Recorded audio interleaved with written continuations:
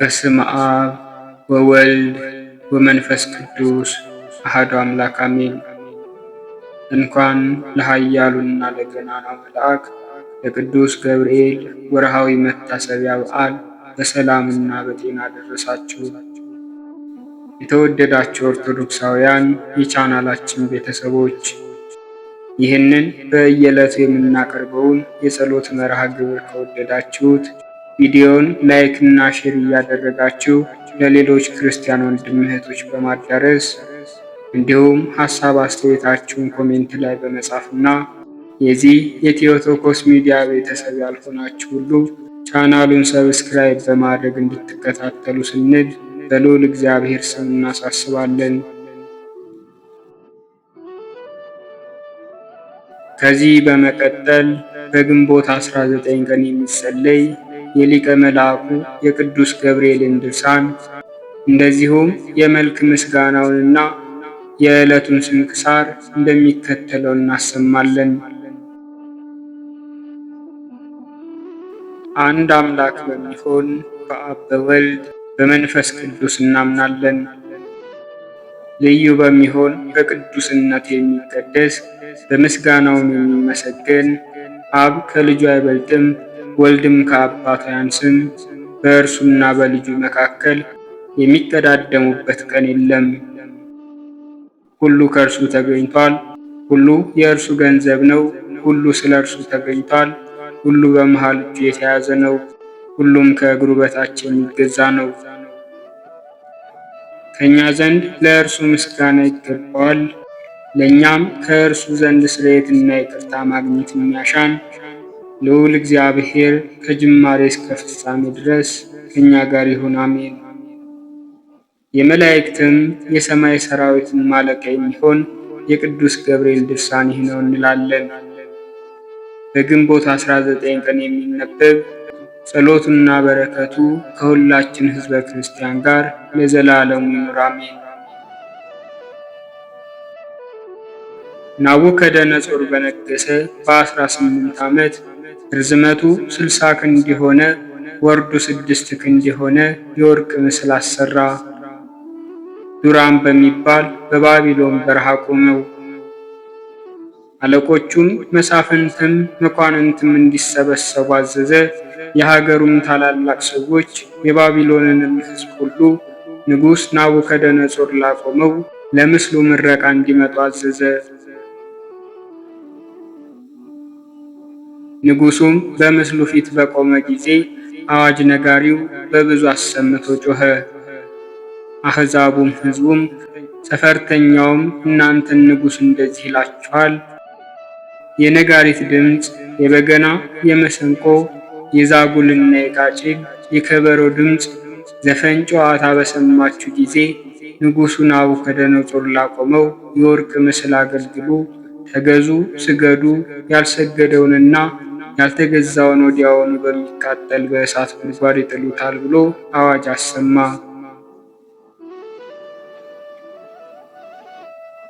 ሕዝቡም የነጋሪትና የበገና የመሰንቆና የጨዋታ መሳሪያ ሁሉ ድምፅ በሰሙ ጊዜ ንጉሥ ናቡከደነጾር ላቆመው ምስል እሺ ብለው ተገዙ፣ ሰገዱም።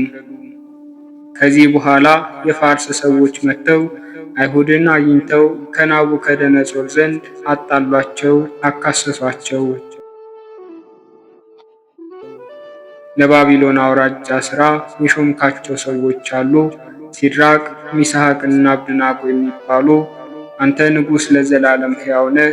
አሕዛብ የነጋሪት፣ የበገና፣ የመሰንቆና የቃጭል፣ የከበሮ ጨዋታ የእነዚህን ሁሉ ድምፅ በሰማ ጊዜ እንዲመጣ ብለህ አዘህ ነበር።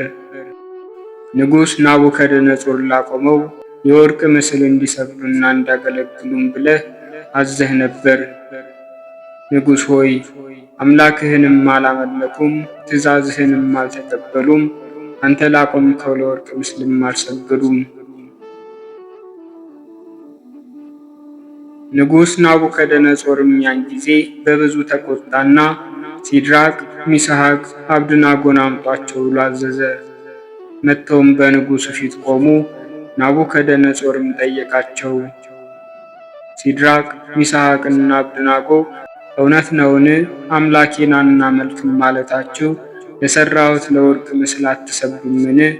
አሁንም የማትሰግዱ በትንቢታዊ የምትጨክኑ እንደሆነ የነጋሪት፣ የበገና፣ የከበሮና የዘፈን ድምፅ በሰማችሁ ጊዜ የማትሰግዱ ከሆነ ያን ጊዜ በሚቃጠል እሳት ጉድጓድ ውስጥ ይጥሏችኋል።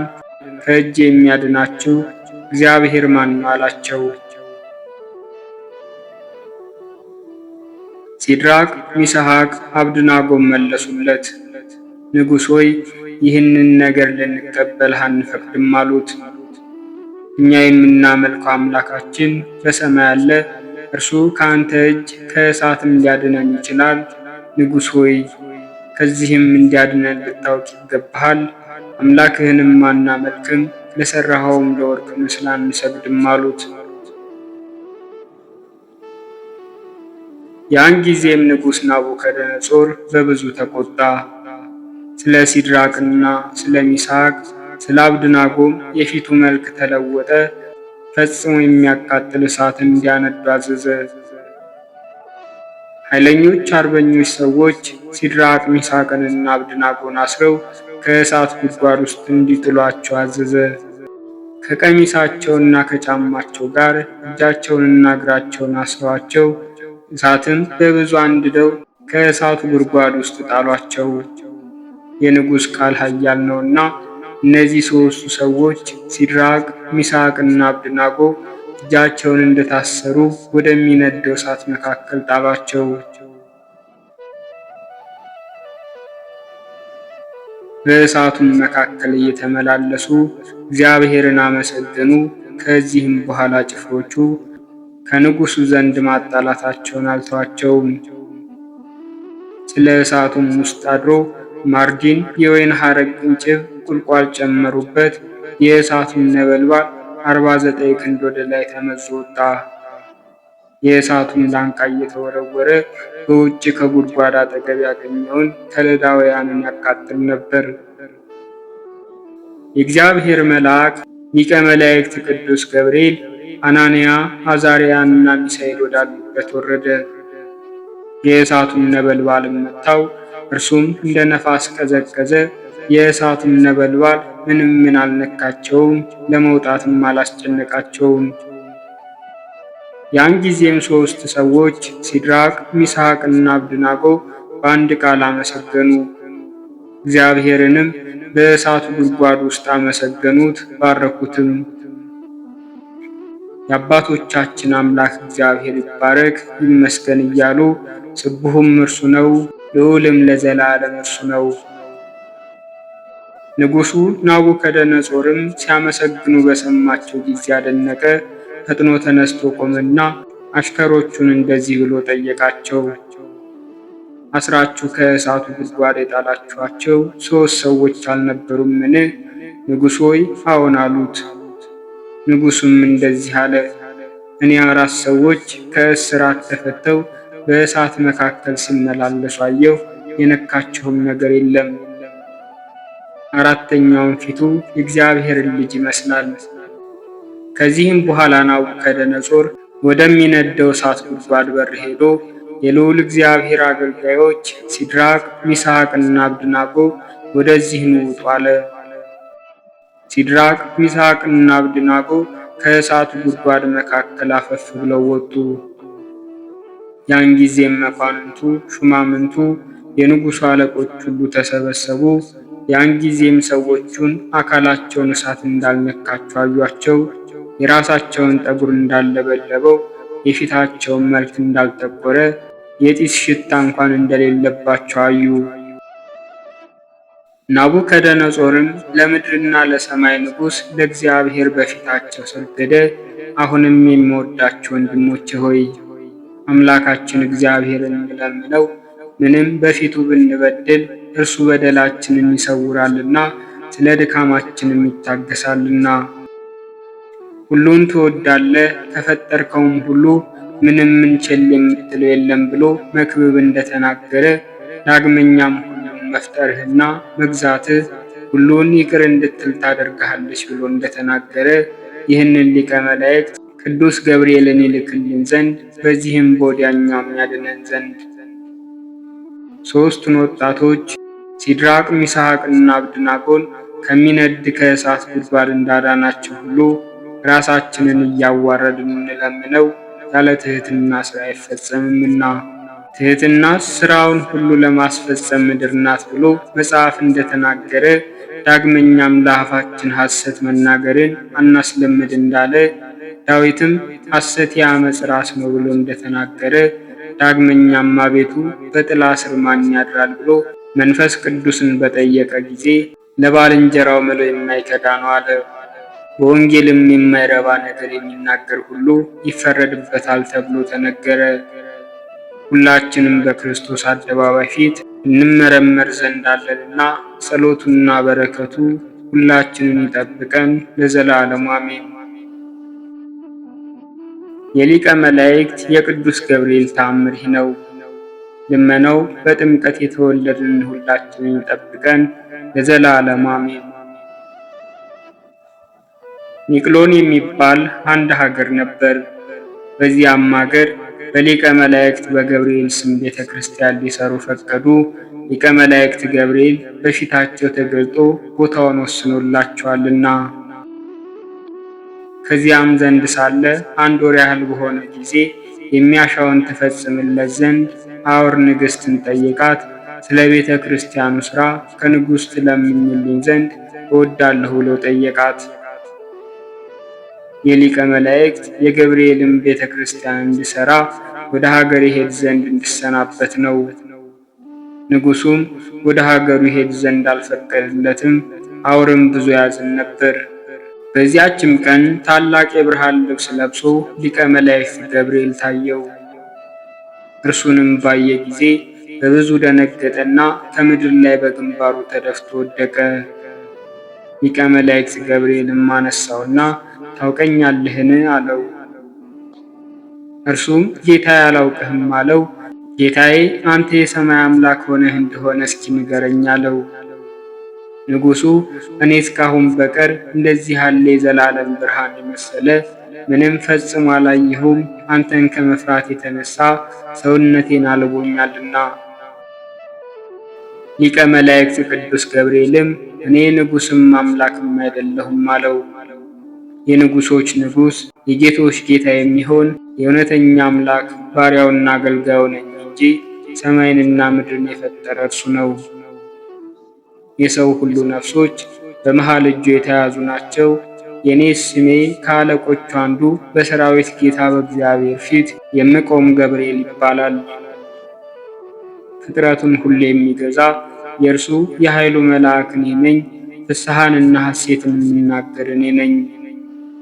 ንጽሕት ድንግል የሴቶች ሁሉ ንግሥት ከምትሆን ከማርያም ወልደ እግዚአብሔር ሰው ከመሆኑ አስቀድሞ የሐዲስ ልደትን የምሥራች የተናገርኩ እኔ ነኝ። ከልጇ ግዛት በታች ያሉ የምድር ነገሥታት ሁሉ በዓለሙ ሁሉ ያሉ ድሆችን የሚያከብራቸው፣ ትዕቢተኞችን የሚያዋርዳቸው፣ የወደደውን የሚያደርግ ያሰበውንም የሚፈጽም እኔ አሁን እነግርሃለሁ። ይህንን ካላደረግ የትእዛዜንም ቃል ሰምተህ ካልተቀበልክ አሁን እገድልሃለሁ። መልአኩን በማስፈራራትና በማስደንገጥ እንደዚህ አድርጎ ተናገረው።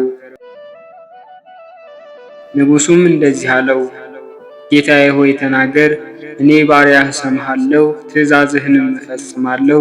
ለክብርህም ምስጋና ይገባል። ማለዳ ስትነሳ እንደታየሁና እንደነገርኩ ለንግሥት ንገራትና ወደ ሀገሩ ሄድ ዘንድ ነግረህ አውረን አሰናብተው አለው። የተጻፈውን የቤተ ክርስቲያን አደራ ሁሉ ለአውር ስጠው፣ እርሱንም ፈልገው። የዚህን የቤተ ክርስቲያን ገንዘብ ግን የሕንፃውንና የጌጡን አትዘንጋ፣ አስተውልም አለው።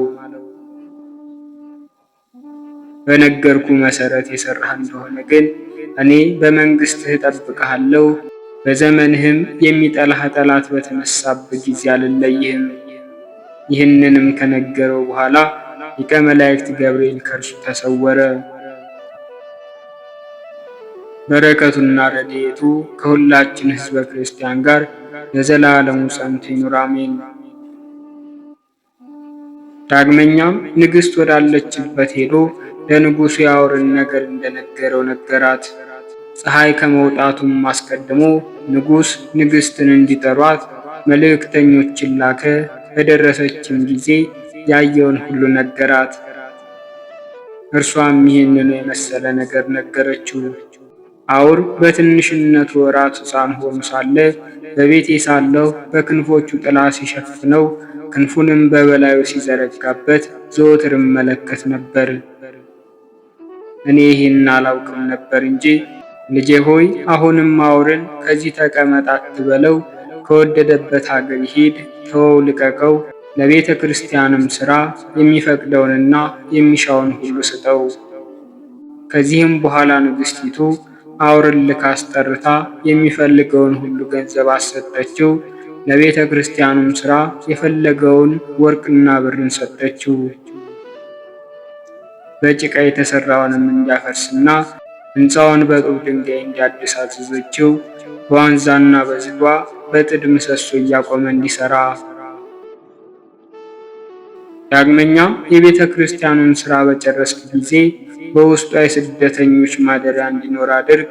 የእንግዳ መቀበያና የመነኮሳት መኖሪያ አዘጋጅተህ እየተቀበልክ መግባቸው፣ በሰጠውህም ገንዘብ እርዳቸው አለችው።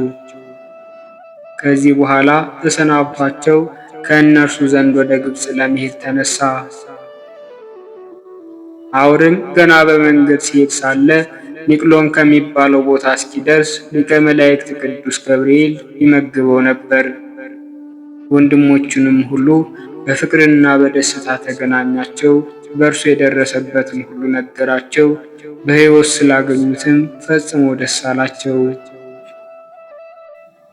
ያን ጊዜም አውር ተነስቶ ቀድሞ የተሰራውን አፈረሰ። በዚህም የቤተ ክርስቲያኑን የሕንፃ አሰራር ንግሥቲቱ እንደነገረችው አንድ ጊዜ ሁለት ጊዜ በጡብ ድንጋይ አደረገ። የፍዩም ሰዎችም የአውርን መምጣቱን በሰሙ ጊዜ ለሊቀ መላእክት ገብርኤል ቤተ ክርስቲያን እጅ መንሻ መጡ። ለመስራትም በትጋት እየታዘዙ ደስ ብሏቸው ኖሩ። ሰይጣን ግን ቀናበት፣ የበጎ ሥራ ነገር ጠላት ነውና። ስለዚህም ነገር በዚያ ወራት ዝም ማለት አልተቻለውም። ቅዱስ ገብርኤል ግን ይረዳቸው ነበር። በረከቱ ከሁላችን ጋር ይሁን ለዘላለሙ አሜን። የሊቀ መላእክት የቅዱስ ገብርኤል ሁለተኛ ተአምር ይህ ነው። በረከቱ ሕዝበ ክርስቲያኖችን ሁሉ ይጠብቅ ለዘላለሙ አሜን። አቅሮኒዮስንና ሚናስን ዲሙስሪያን ከአንበሶች ጉድጓድ እንዳወጣቸው የሚናገር ክቡር ገንዘቡ የሚሆን በጌታችን በኢየሱስ ክርስቶስ ስም ስላመኑ ንጉሥ ዲዮቅልጥያኖስ በአንበሶች ጉድጓድ በጣላቸው ጊዜ ሊቀ መላእክት ገብርኤል ከሰማይ ወርዶ ከአንበሶች ጉድጓድ አወጣቸው። የቀናችና ያማረች ሃይማኖታቸውንም እንዳይለውጡ አረጋጋቸው፣ አጸናቸውም። በሰማይ መንግሥት የሰማዕትነትን አክሊል እስኪቀበሉ ድረስ ከዚህም በኋላ ተሰወራቸው። በታላቅ ክብርም ወደ ሰማይ ወጣ። ልመናው ከሁላችን ሕዝበ ክርስቲያን ጋር ለዘላለሙ ጸንቶ ይኑር አሜን። መልክዓ ገብርኤል። ሰላመ ገብርኤል እግዚአብሔር ሆይ ስለ ማርያም ክብር የቀረበውን የገብርኤልን ሰላምታ አምልቼ አጉልቼ አይደለ በችሎታዬ መጠን እናገር ዘንድ የማስተዋል መጽሐፍ ልቦና ስጠኝ። ፈጣሪ ሆይ አንደበቴ ሙሴ መናገር የማይችል ኮልታፋ እንኳን ቢሆን ጥበብን የሚገልጽ ምስጢርን የሚያስተረጉም ጰራቅሊጦስ አሮን አንደበት ይሁነኝ። ሰላም ለተፈጥሮትከ ገብርኤል ሆይ የስሙ ትርጓሜ የማይመረመር ካለመኖር ማለትም ከኢምንት ግብር በቀዳማይ የእሑድ ሰዓተ ሌሊት ለተከናወነ ስነ ተፈጥሮ ሰላም እላለሁ። ገብርኤል ሆይ ማኅተሙ የአይሁድ ንጉሥ ይህ ነው የሚል የሕፃኑ ኢየሱስና የእናቱ የማርያም መልክዓ ስዕል የተሳለብህ የበለዓም የራእዩ ኮከብ የልደት ሐዋርያ አንተ ነህ። ሰላም ለዝክረ ስምከ ገብርኤል ሆይ ተመራምሮ ለማይደረስበት ስም አጠራርህ ሰላም እላለሁ። ነገር ግን አምላክ ሰው ሆነ፣ ሰው አምላክ ሆነ ማለትን ይመስላል። ገብርኤል ሆይ የአንበሳ የገጸ ላይምና የንስር ስነ ገጽ ካላቸው ኪሩቤል ጋር እግዚአብሔርን ዙፋን ተሸክመህ በከበረ የሰው ስነ አምሳል ሕዝቅኤል ያየ ከኪሩቤል አንዱ አንተ ነህ። ሰላም ለስዕርተ ርእስከ ገብርኤል ሆይ እግዚአብሔር ልዩ የሆነ የምስጋና ዘውድ ላቀዳጀው ራስህና ለስዕርተ ርእስህ እጅ እየነሳው ሰላም እላለሁ። ገብርኤል ሆይ የቃል ብርሃን ከጽንፍ እስከ ጽንፍ የሚደርስ ስነ ጸዳሉም በአራቱ ማዕዘነ ዓለም የመላ አንተ ከምስራቅ የወጣ ፀሐይ ነህ። ሰላም ለገጽከ ገብርኤል ሆይ እጅግ ከሚያስፈራ እሳተ ነበልባል መካከል የነነዌ ንጉሥ ያየው ከመላእክት ገጽ የደስታ መልአክ ላለው ገጽ ሰላም ላለው። ገብርኤል ሆይ በንጽሕና ልብሰ ተክህኖ የተሰየምክ አንተ በፍርድ አይደለ በክርስቶስ ቸርነት ድን ዘንድ የነግሁንና የሰርኩን መስዋዕት በምታሳርግበት ጊዜ የኔን የኃጥኡን ኃጢአት አስተስርይ። ሰላም ለቀራንብቲከ ገብርኤል ሆይ እንቅልፍ ለማይፈታተናቸው ለዓይኖች ቀራንብትና ዓለምን በብርሃናቸው ለሚያገለግሉ ከዋክብት ዓይኖች ሰላም እላለሁ። ገብርኤል ሆይ አንተም የሰላም ዕረፍትን ትሰጠን ዘንድ ትጋ። ቅዱስ ሚካኤል ለሙሴ ጠባቂ ሆኖ በተሾመ ጊዜ የታላቁን የኤርትራን ባህር ከፍሎ አሻግሮታልና።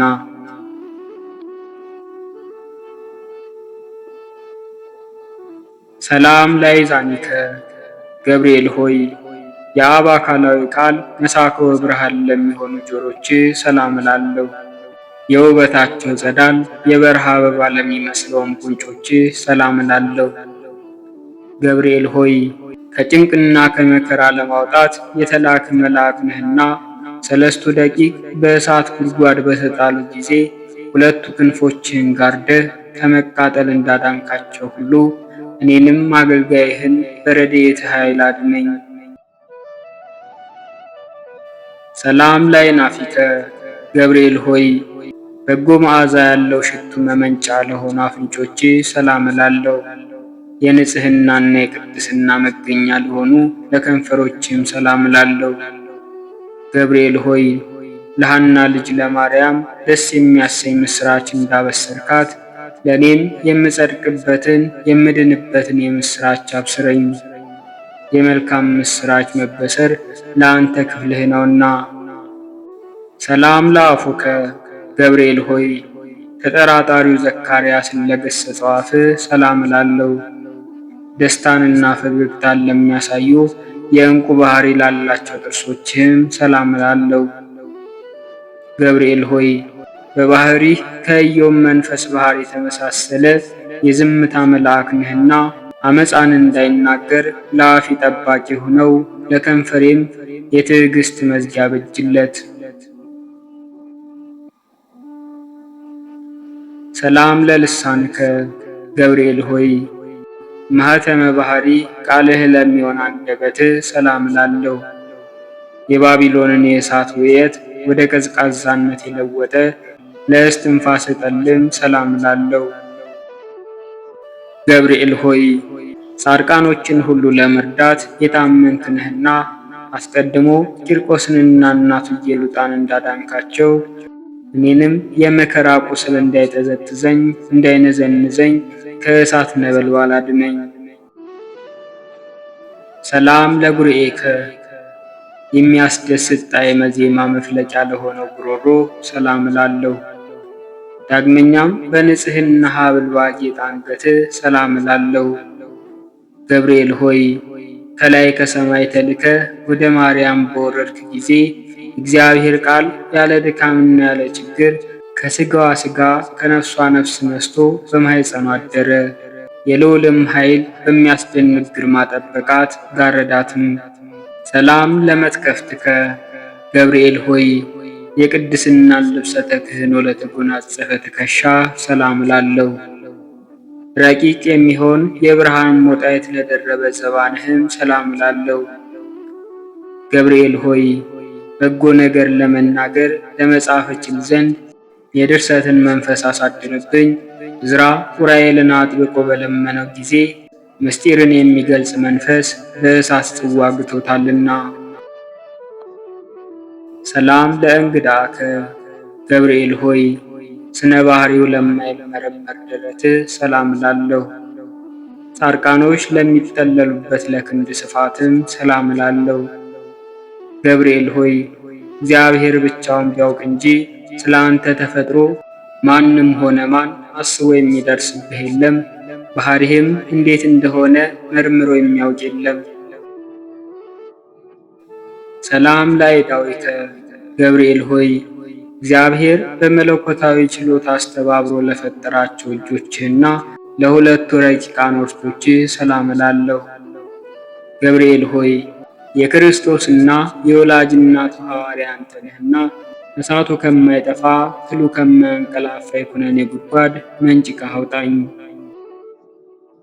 ሰላም ለኩርናከ ገብርኤል ሆይ ከዳራና ከቂሮስ እስከ ክርስቶስ መወለድ ያለውን ዘመን መጥኖ ለከነዳ ክንድህና ለእደ ኩርና ሰላም እላለሁ። ገብርኤል ሆይ ያዘኑትን የምታረጋጋ ጻድቃንን የምትጎበኛቸው አንተ ስለሆንክ ሐዘንን የሚያስረሳ የደስታ ወይን አጠጣኝ። ላዘኑ ለተከዙ ወይን ያጠጣቸው ዘንድ ሕግ ተሰርቷልና። ሰላም ለእራህከ ገብርኤል ሆይ ብሩክ ጸጋን ለሚለግስ መዳፍህ ሰላም እላለሁ። የክቡር መልአክ ጣቶች ለሚሆኑ ነበልባላዊ ጣቶችህም ሰላም እላለሁ።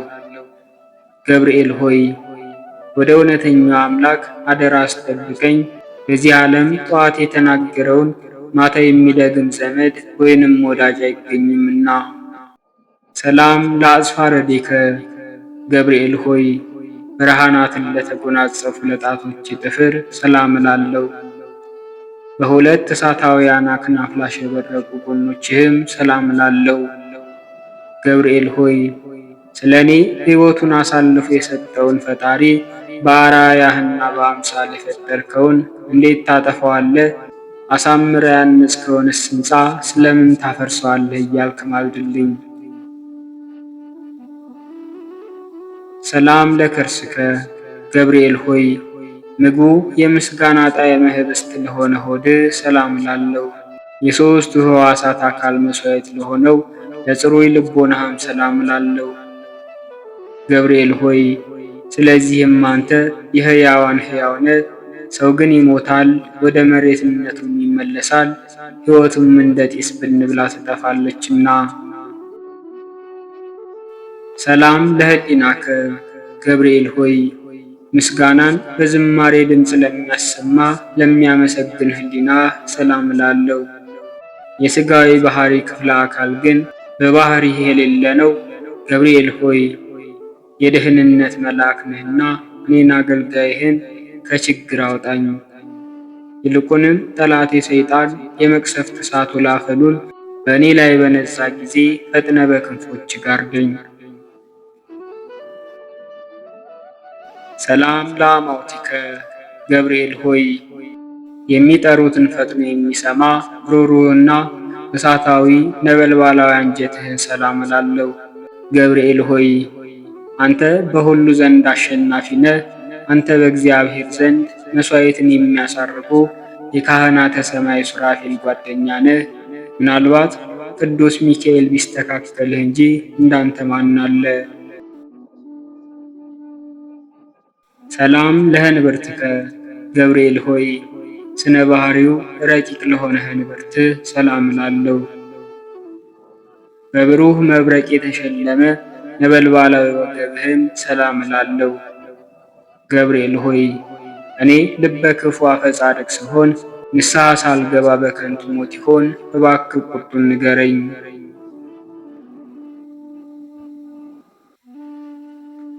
ሰላም ለአቁያጺከ ገብርኤል ሆይ በሰማያዊ አምላክ ፊት ዘወትር ተንበርክከው ለሚሰግዱ ጉልበቶችህና አውራጆችህ ሰላም እላለሁ። ገብርኤል ሆይ ስንፍናን የምታወግዝ የእውቀት ባለቤት እንደመሆንህ በዘመንህ ጥበብ በሰነፎች ልቦና አዳራሽ ሰራች። ለአዳራሿም 7 አዕማድ አቆመችላት።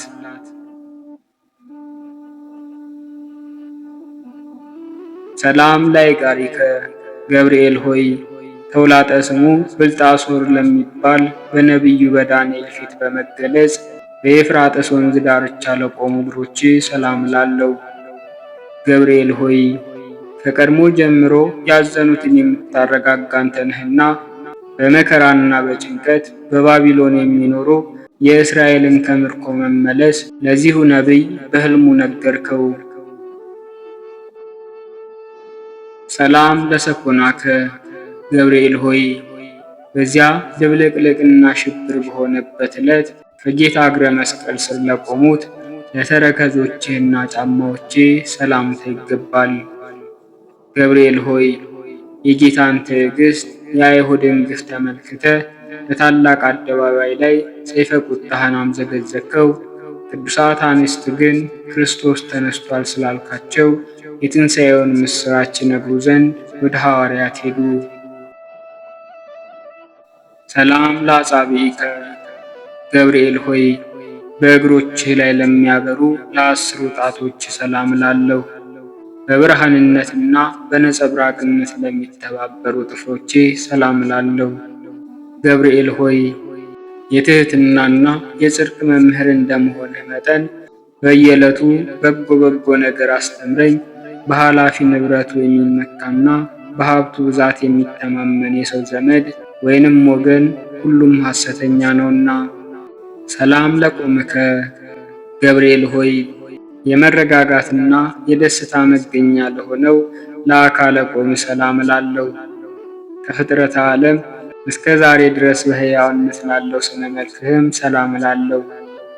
ገብርኤል ሆይ በየጊዜው የዘመኑን መድረስ አስረዳኝ። ልቦናዬ እስራኤል ከፋርስ ምርኮኝነት ነፃ እስከሚወጣበት ድረስ ዳግመኛ ምድረ ርስት የምገባው መቼ ነው እያልኩ አስባለሁና። አልቦም ሰብ ገብርኤል ሆይ ከሰው ወገን ከቶ ጠዋትና ማታ እንደኔ ሐዘንና ትካዜ የሚበዛበት የለም። ከመላእክትም ወገን እንዳንተ ያዘኑትን የሚያረጋጋ የለም። ገብርኤል ሆይ ስለዚህ እኔም ማወቄ እናንተን አምኜ ይህንን ያቀረብኩልህን ጸሎት እንደ ትልቅ ዋጋ ቆጥረህ የማረጋጋት ቃልህን አሰማኝ። የመላእክት አለቃ ገብርኤል ሆይ ሰላም ላንተ ይሁን። የጥንቱን የመዳን ተስፋ በሰበክ አዲስ የምስራች ዜና ለመናገር በክብር ወደ ድንግል ማርያም የተላክ ገብርኤል ሆይ ሰላም እላለሁ። የኤልሳቤጥ ልጅ ዮሐንስ ከተጸነሰ በኋላ ለዳዊት ልጅ ምስራች ትነግር ዘንድ ወደ ገሊላ ምድር የተላክ ገብርኤል ሆይ ሰላም እልሃለሁ። ገብርኤል ሆይ ሰላም ላንተ ይሁን። ድንግል ማርያምን ቃልህ ሰላም ላንቺ ይሁን ባላት ጊዜ ከስጋዋ ስጋ ከነፍሷ ነፍስ ነስቶ ያን ጊዜ መለኮት ከእርሷ ሰው ሆነ። ገብርኤል ሆይ ሰላም ላንተ ይሁንና ድንግል ማርያምን ተፈስሒ ደስ ይበልሽ ባልካት ጊዜ መንፈስ ቅዱስ ስጋዋን አነጻ፣ የልዑል ኃይልም ጋረዳት። ድንግል ማርያምና ሕፃኑ ልጇ ኢየሱስ ክርስቶስ ካሉበት ምድረ ይሁዳ እስኪደርሱ ድረስ ሰብአ ሰገልን በኮከብ ምልክት የመራሃቸው ገብርኤል ሆይ ሰላም እልሃለሁ። ገብርኤል ሆይ ለድንግል ደስታን በተመላ ቃል ሰላም ባልካት ጊዜ መለኮት ከስጋዋ ስጋ ከነፍሷ ነፍስ ነስቶ ሰው ሆነ። ስለዚህም ምሕረትንና ፍርድን ታሰጠኛለህ በማለት እየተቀኘሁና ንጹሕ ዝማሬንም እየዘመርኩ ሰላም እልህ ዘንድ አቤቱ ተገለጽልኝ። በነደ እሳት የተፈጠርክ ገብርኤል ሆይ ሰላም እልሃለሁ። የብርሃን ራስ ወርቅ የተቀዳጀ ገብርኤል ሆይ ሰላም እልሃለሁ። የአሸናፊና የኃይል መልአክ ገብርኤል ሆይ ሰላም እልሃለሁ። ከፍጹም ጥፋት እድን ዘንድ ክንፍህን ጋርድልኝ። ወደ ድንግል የተላክ ገብርኤል ሆይ ሰላም ላንተ ይሁን። የደስታ ምስራች ተናጋሪ ገብርኤል ሆይ ሰላም ላንተ ይሁን።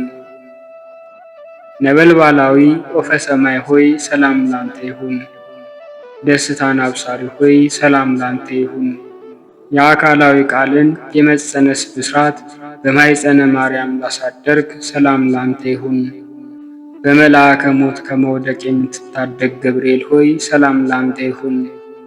አማላጅነትህን በመታመን ተስፋ እናደርጋለንና በመዓልትም በሌሊትም አንተ ጠብቀን፣ አሜን።